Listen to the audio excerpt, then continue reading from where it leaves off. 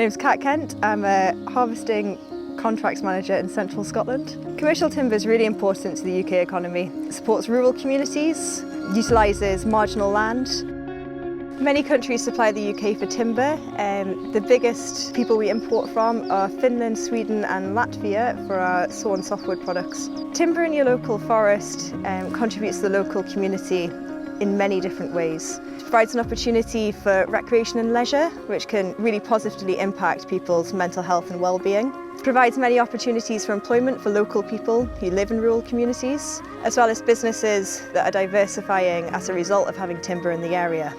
So this can be cafe owners, outdoor pursuits providers, so a whole plethora of people.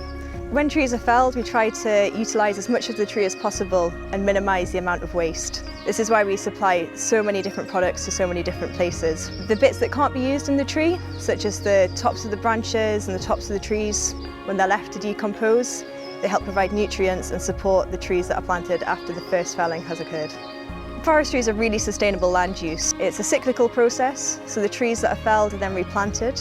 This sequesters carbon throughout its lifetime, so when a tree is mature and ready to be felled, all the carbon it's absorbed in its lifetime is retained in the tree.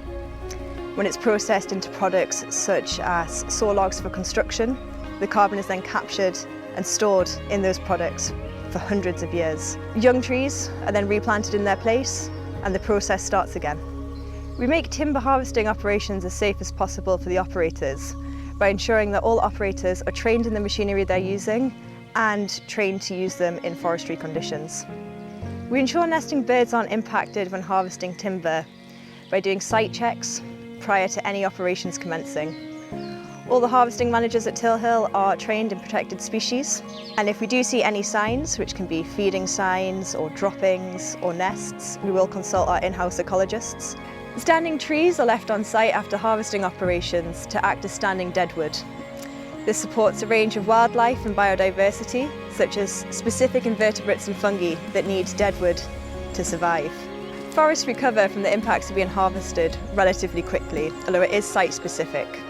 We try our best during operations to limit the impact to sites whilst we are harvesting. This can be using specific machinery or tracks, or waiting until certain times of years to do our operations, such as in the summer when it's drier, to limit soil compaction or damage to the soil.